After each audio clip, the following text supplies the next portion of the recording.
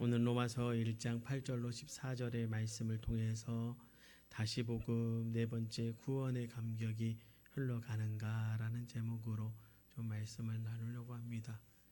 우리 모두 구원 받았죠. 복음이 우리에게 선포되어지고 우리를 구원했고 우리는 그 구원의 감격으로 살아가고 있습니다. 그리고 그 구원의 감격으로 살았던 한 사람이 바울이었고 바울은 그것을 자기 입장에서 이야기를 하고 있는 것이 로마서의 이야기이죠. 1절로 7절까지 그렇게 긴 시간들을 이야기하면서 바울이 보여줬던 어떤 것은 이 구원의 감격이 흘러가야 하고 그 흘러가는 과정 속에서 그 구원의 감격이 정말로 우리가 흘러가는 인생으로 살아가고 있는지 점검해 볼 필요가 있다라고 하는 것이죠.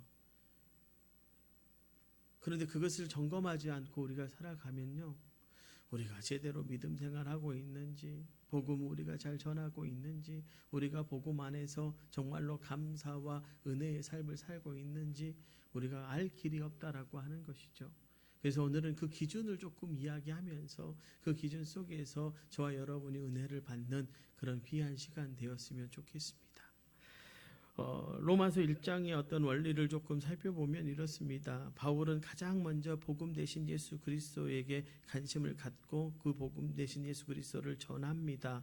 그리고 그 다음에 등장하는 것이 예수 그리스도와 복음으로 변화된 나, 그러니까 구원의 감격으로 살고 있는 나에 대해서 이야기를 합니다. 그리고 나서 사도 바울이 관심을 가지고 있는 것이 바로 구원의 감격이 흐르고 있는 다른 사람에게 흘러가기 마련인데, 그 흘러가는 사람인 로마의 성도들에게 관심을 가지면서 너희도 구원의 감격을 가진 사람으로서 나처럼 날마다 이 기준을 가지고 조금 너희들의 믿음을 점검하기를 원하면서 5가지의 이야기를 저와 여러분에게 오늘 하고 있습니다. 먼저 이런 거지요. 우리에게 구원의 감격이 흘러가는가? 라고 하는 어떤 질문 앞에 우리가 첫 번째로 생각해 봐야 할 것은, 여러분, 사람으로 인한 감사가 여러분의 삶 가운데 흘러가고 있는가 하는 것입니다. 오늘 8절의 말씀을 보면 이렇게 사도 바울이 이야기합니다. 먼저 내가 예수 그리스도로 말미암아 너희 모든 사람에 관하여 내 하나님께 감사함은 너희 믿음이 온 세상에 전파됨이로다 라고 하는 것. 여러분, 바울은요 로마 교회 성도들을 만나본 적이 없습니다. 한마디로 낯선 사람들이고, 그리고 그런데도 그 생명부지의 로마 성도들을 생각하면서 그가 하나님께 감사하다라고 하는 것, 이것이 무엇을 의미하고 있는가라고 하는 것이죠.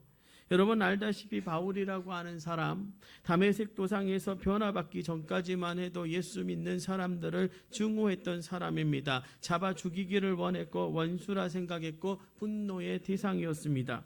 그랬던 바울의 마음이 어떻게 이렇게 녹아서 보지도 못한 로마 성도들을 향해 감사와 사랑이 흘러 넘치게 되었는가? 어떻게 이런 일이 가능한가? 사실은 이것이 바울이 가지고 있는, 아니 우리가 누려야 될 신앙의 원리인데요. 여러분, 우리 안에 복음이 자리를 잡으면요, 구원의 감격이 있으면요, 그래서 예수 그리스도의 십자가의 감격이 회복되면 무엇이 녹아집니까? 우리의 강팍한 마음이 녹아버립니다. 여러분, 우리가 믿는다고 하고 여전히 누군가를 향해서 강팍한 마음이 있다면, 여러분 우리 안에 구원의 감격이 흐르고 있는가에 대해서 여러분 생각해 볼 필요가 있습니다. 십자가 예수 그리스도의 그 보혈의 감격은요, 우리의 강팍한 마음을 완전히 녹여버립니다. 그리고 모든 사람들을 향한 사랑과 감사의 마음이 흘러나오도록 하게 되어 있습니다. 이 원리가 우리 안에 구원의 감격이 넘치고 그리고 흘러가는지에 대해서 살펴볼 수 있는 첫 번째 기준이어야 된다. 나는 사람에 대한 감사가 있는가? 나는 지금 무엇으로 감사하는가? 돈 많이 번 것 때문에 감사하는 것입니까? 좋은 차 때문에 감사하는 것입니까? 아닙니다. 바울처럼 사람으로 인한 감사가 있어야 한다라고 하는 것입니다. 바울이 예수님을 만나고 결정적으로 변화된 것이 바로 사람을 소중히 여기는 마음이 생긴 것입니다. 빌립보서 1장 7절의 말씀을 보시기 바랍니다. 형제여 성도들의 마음이 너로 말미암아 평안함을 얻었으니 내가 너의 사랑으로 많은 기쁨과 위로를 받았노라. 감옥에서 안에서 자 바울은 사랑으로 인한 감사와 감격에 넘쳤습니다. 여러분 이런 사울이 부럽지 않습니까? 감옥 안에서조차 행복을 잃지 않는 비결이 사람을 향한 사랑에 있었다는 점에 부럽습니다. 빌립보서 4장 1절에요. 그러므로 나의 사랑하고 사모하는 형제들, 나의 기쁨이여 멸류가 아닌 사람들아, 사랑하는 자들아, 이와 같이 주 안에 서라. 그럼 여러분 도대체 우리의 기쁨은 무엇입니까?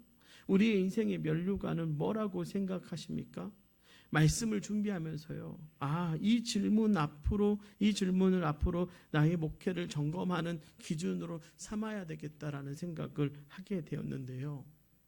여러분 보통 우리가 기준을 잡을 때 교회가요. 사람이 몇 명이 모이나 교회 예산의 규모가 얼마나 늘었는가가 목회를 잘하는 목회의 성공의 여부를 점검하는 기준으로 보입니다.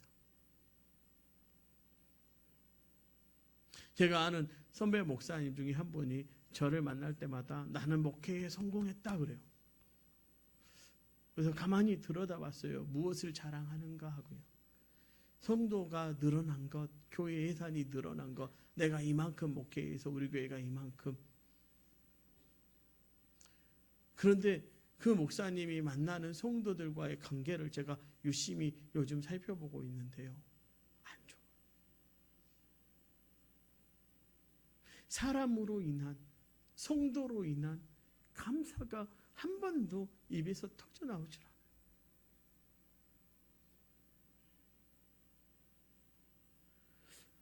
제가 아는 선배 목사님들 중에 저에게 목회를 가르쳐주면서 저에게 하셨던 가장 기준이 되어지는 어떤 기준의 말씀이 뭐냐면, 배 목사 목회하면서 너한테 가시 같은 역할하는 사람들이 있을 거야. 근데 그분이 그래요. 그 사람들을 내치려고 애쓰지 말고 그 사람들 때문에 감사하다고 고백하기를 바래. 제가 궁금해서 여쭤봤습니다. 목사님 왜요? 그랬더니 그 사람들이 결국 너를 변화시킨다. 그 말이 맞더라고요. 제가 부목사 시절에 저를 가장 힘들게 했던 분들이 나중에 보니까 저를 변화시키고 저를 목사되게 만들었던 분들이 있더라고요.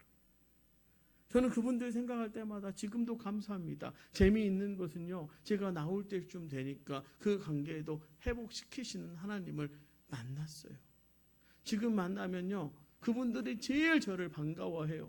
제가 가면요, 그분들이 제일 먼저 와서 저를 안아줘요. 아이고 목사님 오셨어, 보고 싶었어 그래. 제가 뭘 잘한 게 있었어요. 그런데 그 가시 같았던 그분들 감사하고 그분들 사랑했더니 하나님이 그분들의 마음을 바꾸셨더라고요. 저는요, 교회의 건강함, 은혜, 구원의 감격이 흘러가는 기준이 바로 이것이 되어야 된다라고 생각합니다. 저나 여러분이나 모두가요, 특별히 목사인 제게 이것이 좀 기준이 되어야 된다고 생각합니다. 뭐냐면 나는 사람으로 인한 기쁨이 내 안에 있는가, 나는 성도로 인하여 행복한가라고 하는 거죠. 성도가 성숙해지고 말씀으로 성장해가는 과정을 보면서 내 마음에 하나님의 기쁨이 흘러 넘치는가라고 하는 거예요. 바로 사람을 소중히 여기는 마음이 목회를 점검하고 목회의 성공의 기준이 되어야 된다는 거죠. 그리고 그것이 바로 신앙을 보여주는 척도가 됩니다.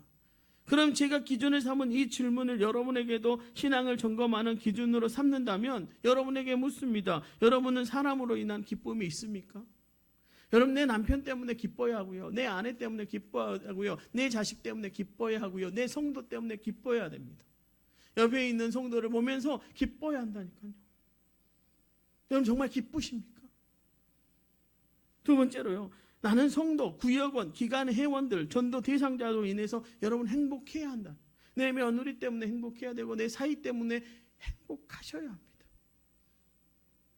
마지막으로요, 내가 전도한, 연약한 내 주변의 성도가 성숙해지고 말씀으로 성장해가는 과정을 보면서 교회 안에서 헌신하고 봉사하는 것을 보면서 여러분 행복해야 한다.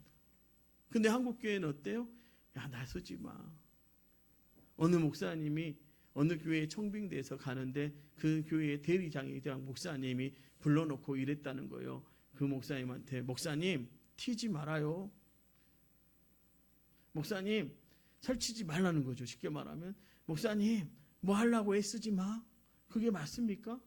여러분 영혼 사랑하면 그 영혼 때문에 몸부림쳐야 하고 그 영혼 때문에 뭐 해야 되는지 여러분 생각나게 하시는 하나님의 뜻에 따라 살아가야 되는 것 아닙니까? 제가 일주일 살아가면서 뭐 이제 요즘 최근에 이제 못 갔지만 그래도 제가 제일 행복한 시간이 언제인 줄 아십니까? 우리 성도들 만나러 가는 염전 갈 때 제일 행복합니다. 우리 성도들이 있는 논밭 갈 때 행복합니다. 이제 시금치철 다가오니까 제가 벌써부터 마음이 막 들떠요. 왜냐하면 시금치밭 가서 우리 성도들 만날 생각하니까 행복해요. 여러분 그런 행복함이 지금 내 옆에 앉아있는 그 사람 때문에 행복함이 느껴지느냐 말입니다. 여러분 교회는요 양적인 부흥이 아니라요 질적인 건강함이 더 중요하거든요. 여러분 한번 이것이 여러분의 삶의 기준이 된다면, 이것이 만남의 축복이 된다면 여러분이 축복을 누려야 합니다. 바로 내 앞뒤 좌우에 있는 성도와의 만남, 부족하지만 여러분이 목사와의 만남, 여러분 이웃과의 만남이 복이 되어야 하는 것이죠. 그것은 우리가 복음을 받으면 구원의 감격이 흘러가는 믿음이라면 그 무엇보다도 물질이나 환경보다 사람이 소중하다는 것, 사람으로 인해 내게 감사가 흘러나와야 한다라고 하는 것은 너무나도 당연한 것이라는 거예요. 여러분 한번 옆 사람 쳐다보십시오. 행복해요?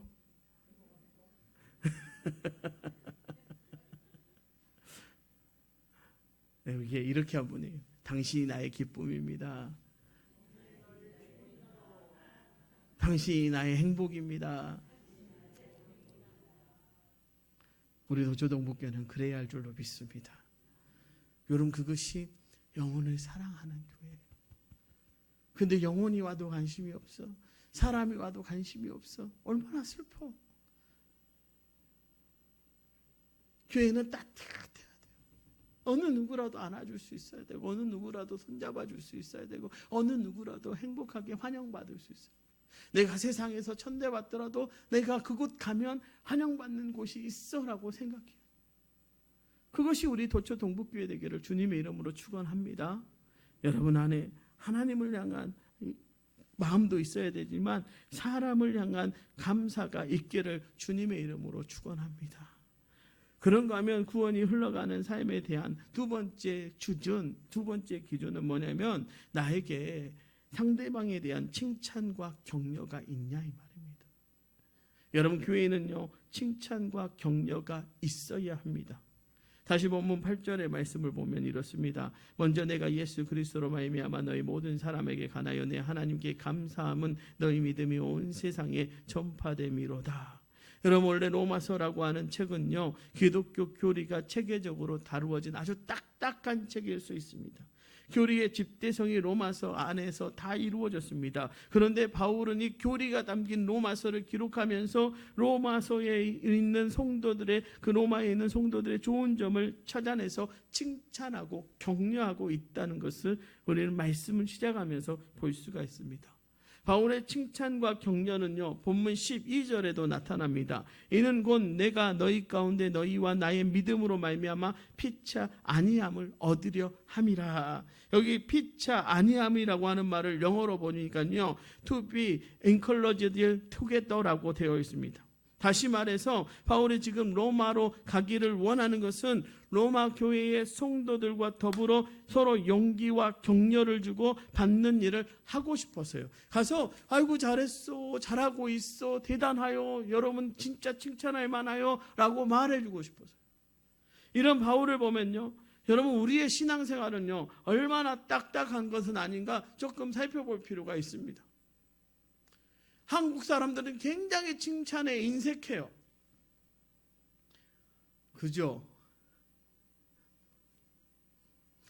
여러분 나그네 인생길 가는데 조금 서로 격려하고 칭찬을 주고받는 것이 여러분 얼마나 중요한지 여러분 오늘 말씀을 통해서 다시 한번 우리가 좀 생각했으면 좋겠어요. 바울은 굉장히 칭찬에 여러분 후한 사람이었어요. 야, 너희 믿음 보니까 내가 칭찬할 만해. 야, 너희 그 안에서 로마라고 하는 그 안에서 신앙생활하고 있는 모습 보니까 너희 참 대단하다. 격려할 만해 라고 하는 이 칭찬과 격려에 능한 사람이 바울이었어요.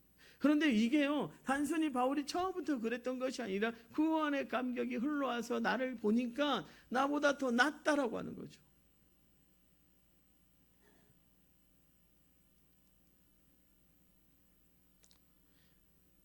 고신일 목사님이라고 하신 분이 쓴 명품 크리스찬이라고 하는 책에 보면 격려하라라고 하는 제목의 이 장이 있습니다. 명품 크리스찬이 되고 싶으면 격려해야 한다는 내용입니다. 그러면서 이 탈옥수 여러분 신창원 아시죠? 이 신창원 씨가 했던 말을 인용한 부분이 있는데 그가 이렇게 말을 했다는 거예요. 지금 나를 잡으려고 군대까지 동원하며 엄청난 돈을 쓰는데 나 같은 놈이 태어나지 않는 방법이 있다. 초등학교 때 선생님이 너 착한 놈이다 하고 머리 한번 쓰다듬어 주셨으면 내가 여기까지 오지 않았을 것이다. 5학년 때 선생님이 새끼야 돈 안 가져왔는데 뭐하러 왔어 학교와 빨리 꺼져 이렇게 소리를 쳤는데 그때부터 내 마음속에 악마가 생겼다. 여러분 신창원이라고 하는 한 인격체가요 얼마나 칭찬에 목말라 하는지 격려받는 것이 인격 현석에 얼마나 중요한지를 말해주는 대목이지 않습니까? 여러분 세계대회 2차 대전을 일으켰던 히틀러가 왜 나온 줄 아십니까? 히틀러가 원래 사제가 되려고 했던 거 아십니까? 이 사제가 되기 전에 이 성찬식을 하면 이 신부가 이 성찬을 하기 전에 이 포도주를 이렇게 옆에서 덜어다 나르는 역할을 이 히틀러가 사제 되기 전에 했거든요. 근데 어느 날 실수로 포도주를 엎어버렸어요. 그때 그 신부님이 괜찮아 하고 안아줬으면 히틀러는 탄생하지 않았을 것입니다. 너희 새끼 뭐 하는 놈이야 하고 욕을 하면서 내쫓아버렸거든요. 그리고 너 다시는 이런 거 쓸 수 없는 놈이야 하고 욕을 해버렸거든요.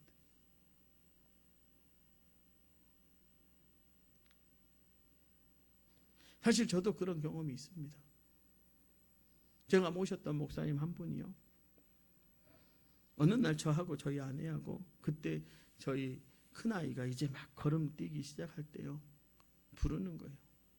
제가 그때 목사 안수 받은 지 1년차 이제 막 받은 그 해였거든요. 목사가 뭔지도 목회가 어떻게 하는지도 모르는 그때에 그 목사님이 저를 부르더니 저희 아내 앞에서 저한테 그러는 거예요. 사모님 이 새끼는요 목사를 못할 놈이라고.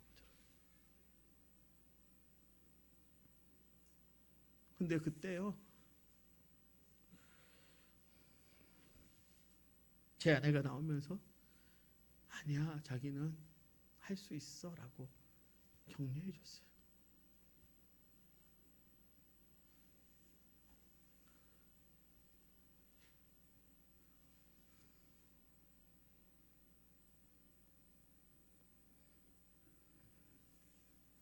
여러분 교회 안에는요 칭찬과 격려가요 넘쳐야 합니다.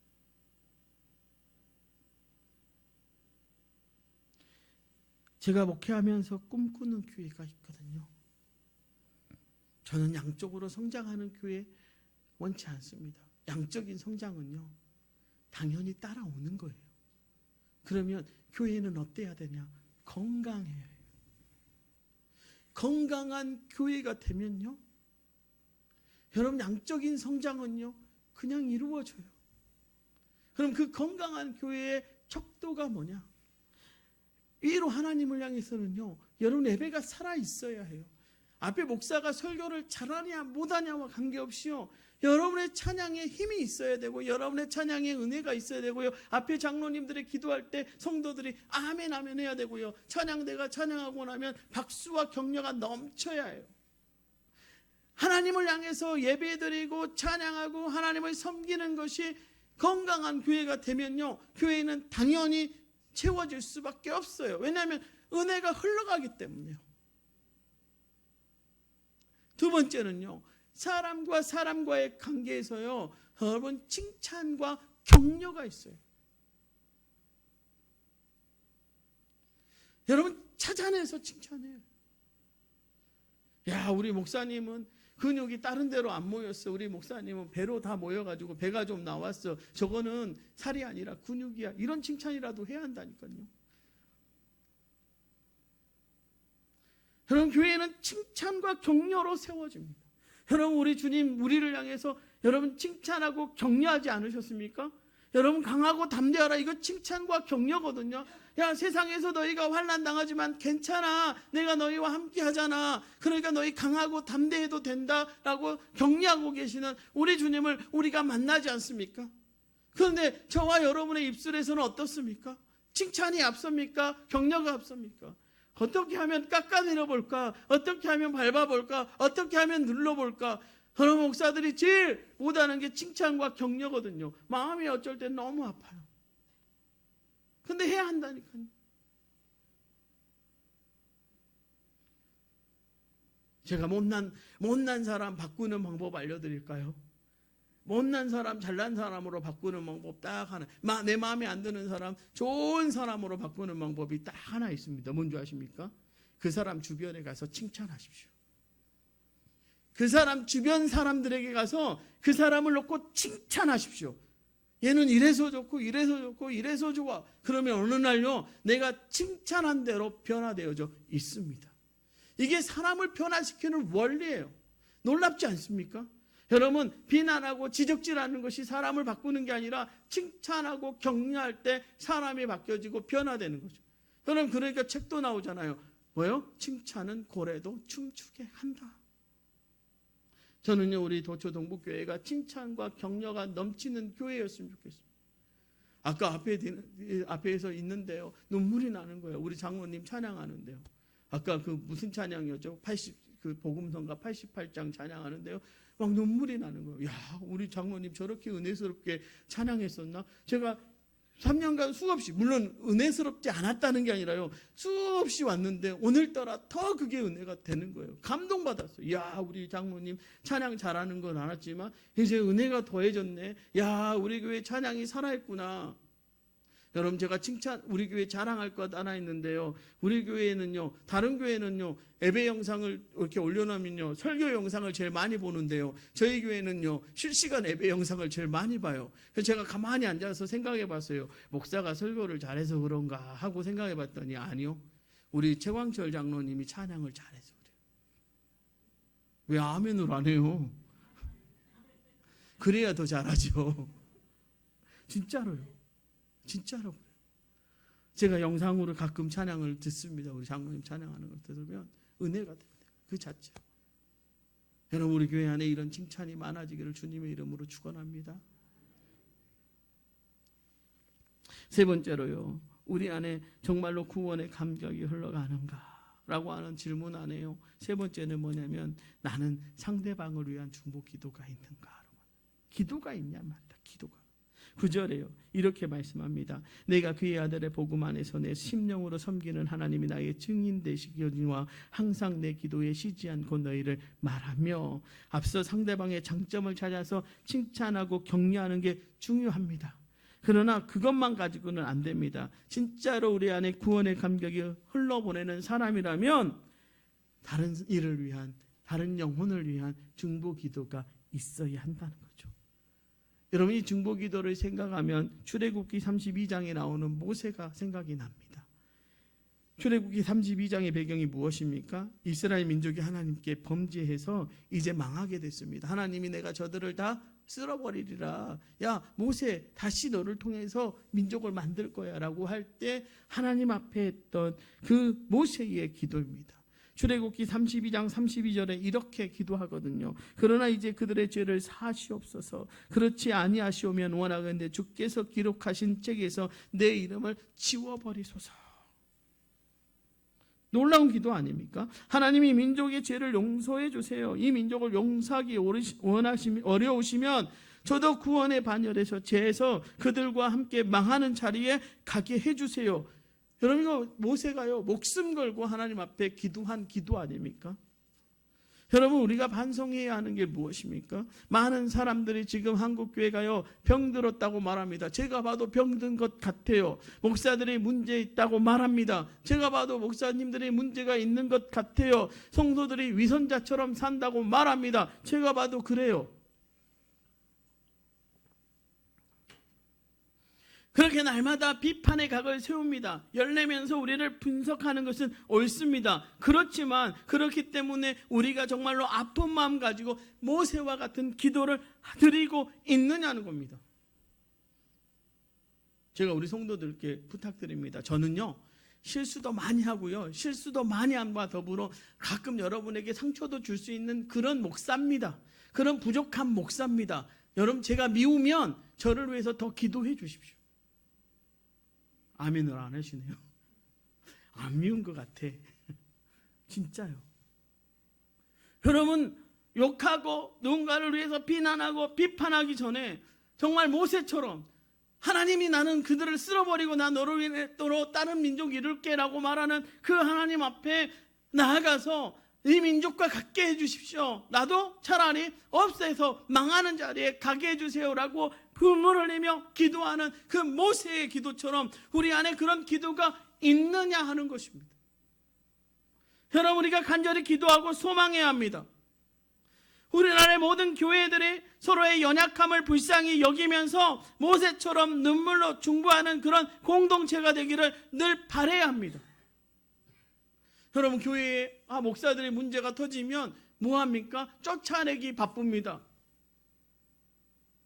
정말 그 목사를 위해서 기도하고 올바로 서기를 바라기를 원하는 성도들이 몇 명이나 있습니까?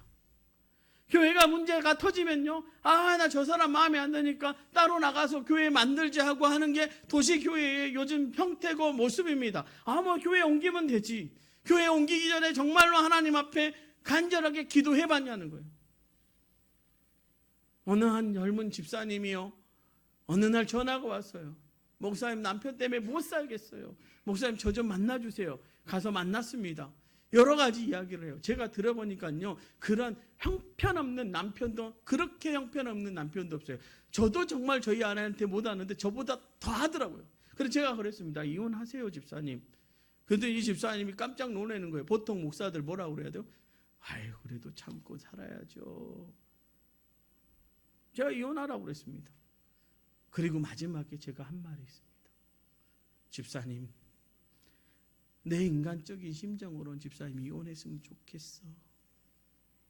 근데 집사님 기도해봤어? 집사님 그 남편 위해서 눈물 흘리면서 그 남편이 변하기를 위해서 기도했냐 이 말. 이혼을 먼저 생각할 것이 아니라 기도하라고. 기도를 충분히 하고 정말로 기도 중에 이 문제를 결정했으면 좋겠어요. 여러분, 이 땅에 문제 없는 사람은 단 한 사람도 없습니다. 문제 없는 교회는 단 한 교회도 없습니다. 그러니까 말하기는 쉽죠. 비판하기는 쉽고 손가락질하기는 너무나도 쉽죠. 여러분, 우리나라 사람들은요, 뭘 제일 잘 발견해요? 장점보다 단점을. 아니요, 우리나라 사람들이 아니라 전 세계 사람들이 다 그래요. 우리 장로님들 축구 좋아하시니까 손흥민 조금 못하니까 영국에서 난리 난 거 보세요. 뭘 못해서 이래서 실력이 없네 저쨌네 난리 나잖아요. 단점은 그렇게 잘 발견해요. 그런데 기다려주고요, 기다림을 넘어서 기도해 준 사람은 얼마 되지 않는다는 게 문제 아닙니까? 여러분, 우리가 정말 구원의 감격이 흘러가는 인생이라면, 여러분, 이런 불구의 인생도, 정말 망하는 길로 갔던 그런 인생도 우리 주님은 끌어안고 기도하시면서 십자가 지고 가셨는데, 그래서 구원받은 우리인데 우리는 왜 남을 위해서 기도하지 못합니까? 왜 우리는 교회를 위해서 기도하지 못합니까? 왜 우리는 목사를 위해서, 장로님들 위해서, 권사님들 위해서, 안수집사들 위해서 기도하지 않습니까? 교회의 문제가 되는 건 기도하지 않기 때문에 그렇습니다. 사랑하는 성도 여러분, 우리 도초 동북교회는 구원의 감격이 흘러가는 교회일 줄 믿습니다. 그렇다면 기도로 문제를 해결하는 교회가 되기를 주님의 이름으로 축원합니다. 그 중에서도 중보 기도가 회복되어지기를 주님의 이름으로 축원합니다. 여러분, 우리가 아픈 사람 있으면 우리가 함께 아파하며 기도해야 해요. 우리 슬픈 사람 있으면 함께 슬퍼하며 기도해야 해요. 괴로운 인생이 있으면 함께 괴로워하며 기도하는 그런 교회 되기를 주님의 이름으로 축원합니다. 네 번째로 구원의 감격이 흘러가는 것의 기준을 살펴본다면 나로 인해 상대방이 견고해지는가라고 하는 거예요. 11절에 사도 바울이 오늘 이렇게 말합니다. 내가 너희 보기를 간절히 원하는 것은 어떤 신령한 은사를 너에게 나누어줘 너희를 견고하게 하려 함이니, 여기에 나오는 견고하게 하다는 단어는 헬라어로 스테리조라고 하는 단어를 사용합니다. 이 단어는 우리 말로 하면 강하게 하다라고 하는 거죠. 이 단어가 왜 중요한가? 예수님 십자가 앞에 두고 절박한 상황에서 베드로에게 부탁하신 것이 바로 이 스테리조였습니다. 누가복음 22장 31절로 32절의 말씀이에요. 시몬아 시몬아 보라, 사단이 너를 밀가부르듯 하려고 요구하였으나 그러나 내가 너를 위하여 내 믿음이 떨어지지 않기를 기도하였노니 너는 돌이킨 후에 내 형제를 굳게 하라. 이 말씀에 굳게 하라가 스테리조입니다. 십자가를 지시기 전에 예수님은 베드로에게 이렇게 말씀하신 겁니다. 내가 너를 위하여 기도하마. 내가 견고하게 서는 하나님의 종이 되기를 기도하마. 내가 그렇게 견고해지면 너도 연약한 내 주변의 이웃을 위해서 그들이 견고해지는 일에 쓰임을 받으라라고 말씀하셨던 것이죠. 한 가지 흥미로운 것은 본문 11절에 나오는 이 스테리조가 견고하게 하다라는 단어가 영어로는 be strong이라고 하는 뜻도 번역되지만 한편으로는 fix라고 하는 단어로 번역됩니다. 즉 이 스테리조는 건축과 관련된 용어입니다. 그래서 건축적인 개념으로 보면 움직이지 않는 구조물을 가르칠 때 쓰이는 단어입니다. 그렇다면 왜 바울은 로마 성도들이 be strong, 강해지기를 원한다고 하면서 이 건축의 용어를 사용했는가? 바울에게 소원이 있었기 때문이에요. 뭐냐면 교회 구성원인 성도 개개인이 성장하는 것도 중요하지만 교회 공동체가 같이 세워져 가고 같이 튼튼하게 건설되어 가는 영적인 공동체로 성장하기를 원했기 때문입니다. 그래서 우리는 이런 기도를 해야 합니다. 하나님, 우리 교회가 늘 하나님 안에서 공동체적으로 병들지 않고 건강한 교회가 되도록 제가 이러하게 노력하고 섬기며 중보하겠습니다 라고 하는 기도가 우리 안에 있어야 된다는 거예요. 여러분의 섬김이 교회를 굳게 세우는 거예요. 여러분의 기도가 교회를 굳게 세우는 거예요. 여러분의 칭찬과 격려가 교회를 굳게 세우는 거예요. 사랑하는 성도 여러분, 우리가 서로 손잡고 굳게 세워지는 교회가 되기를 주님의 이름으로 축원합니다. 우리 서로가 서로의 손을 잡아주면서 굳게 서야 돼요. 흔들리면 안 돼. 누군가가 흔들리면 내가 가서 받쳐줘야 해요. 그런 튼튼한 교회, 그런 건강한 교회, 우리 도초 동북교회가 되기를 주님의 이름으로 축원합니다. 마지막으로요, 나는 상대방이 열매를 맺도록 도와주고 있는가? 13절에 바울이 이렇게 말하죠. 형제들아, 내가 여러 번 너희에게 가고자 한 것을 너희가 모르기를 원하지 아니하노니 이는 너희 중에서도 다른 이방인 중에서와 같이 열매를 맺게 하려 함이로되 지금까지 길이 막혔도다. 여러분, 로마 교회의 성도들의 성장을 돕기 위해서 로마를 가기를 갈망하는 바울의 모습이 우리에게 감동을 주지 않습니까? 그런데 우리에게 이런 아름다운 목표가 있습니까? 여러분, 그 목표를 가지고 기도하고 있습니까? 여러분, 이런 꿈을 품고 기도하는 인생이 행복하지 않겠습니까? 필립보서 1장 11절에 이렇게 말합니다. 예수 그리스도로 말미암아 의의 열매가 가득하여 하나님의 영광과 찬송이 되기를 원하노라. 여러분, 앞에 4개가 있는 교회는요, 당연히 열매가 있어야 하고요, 우리는 서로가 서로 열매를 맺도록 도와주어야 합니다. 저에게는 꿈이 있습니다. 우리 교회가 분명히 성장했지요. 저는 우리 교회가 이 성장함을 가지고 있는 것이 아니라 건강해졌으면 좋겠습니다. 굳게 섰으면 좋겠습니다. 그러나 건강해지고 굳게 섰다면 우리는 또 열매를 기대해야 되고 열매를 맺어야 합니다. 그러나 우리 교회만 앞서 정말로 제가 오늘 기도 중에 우리 장로님 기도 중에 은혜 받았던 가장 좋았던 것은 뭐냐면 우리 도초 동북교회를 통해서 이 도초 지역의 10교회가 부흥하고 열매 맺는 교회가 되게 해달라고 기도하는 그 마음이 저도 모르게 오늘 말씀 가운데 이어짐에 너무나 감사했습니다. 저에게는 그런 소망이 있습니다. 여러분, 이 지역의 교회들이 함께 부흥하고 열매 맺어야 하죠. 여러분, 우리 교회만 잘 되면 안 됩니다.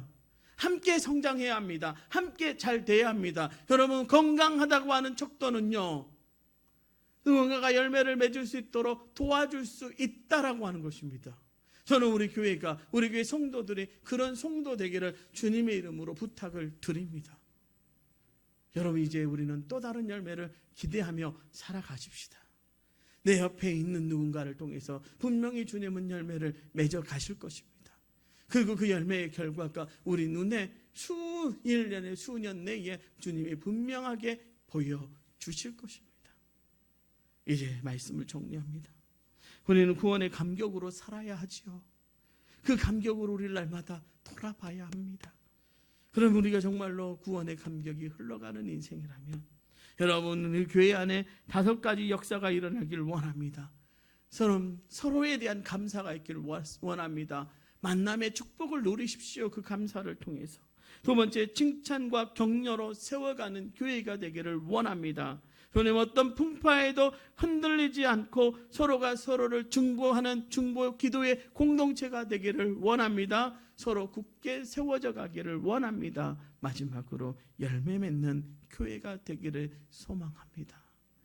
우리도 조동북교회가 구원의 감격이 흘러가는 그 자리에 이 5가지의 역사가 날마다 일어나기를 주님의 이름으로 축원합니다. 기도하겠습니다.